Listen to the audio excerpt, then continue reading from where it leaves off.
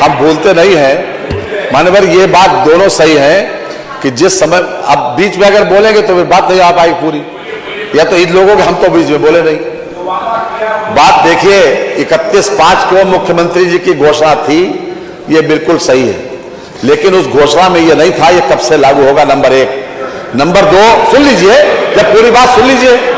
Number 2, जब 5 या 6 दिसंबर को इस हाउस में ये बात आई थी तो हमने इनसे कहा था कि अगर सप्लीमेंट्री में कोई चीज नहीं आई तो इसका मतलब ये नहीं है कि हम कर नहीं सकते।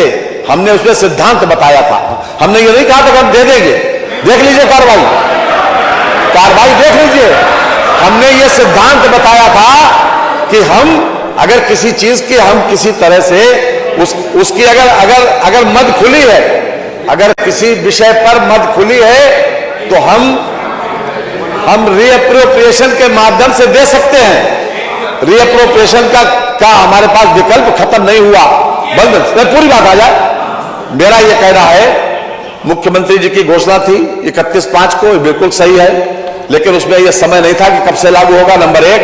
नंबर 2, जब हमारे सामने ये विषय आपने उठाया, आपने कहा कि सप्लीमेंट्री में आई नहीं, तो हमने कहा हमारे पास और भी विकल्प हैं, उसमें रीअप्रोप्रिएशन भी एक विकल्प है, तो इसलिए हमने उनको सिद्धांत बताया था। हमने ये नहीं कहा था कि रीअप्रोप्रिएशन माध्यम से दे देंगे, ये सिद्धांत बताया। और उसके बाद इसी सदन में ये बात आई थी कि उसके ऊपर जीएसटी काफी कट जाती है, तो हमने ये भी कहा था कि अधूरी ख्वाहिशें जीने का मजा देती हैं, ये बात आई थी। मान्यवर, ये नियम 300 में नहीं आता। नियम 300 के अंतर्गत इस बार के बजट में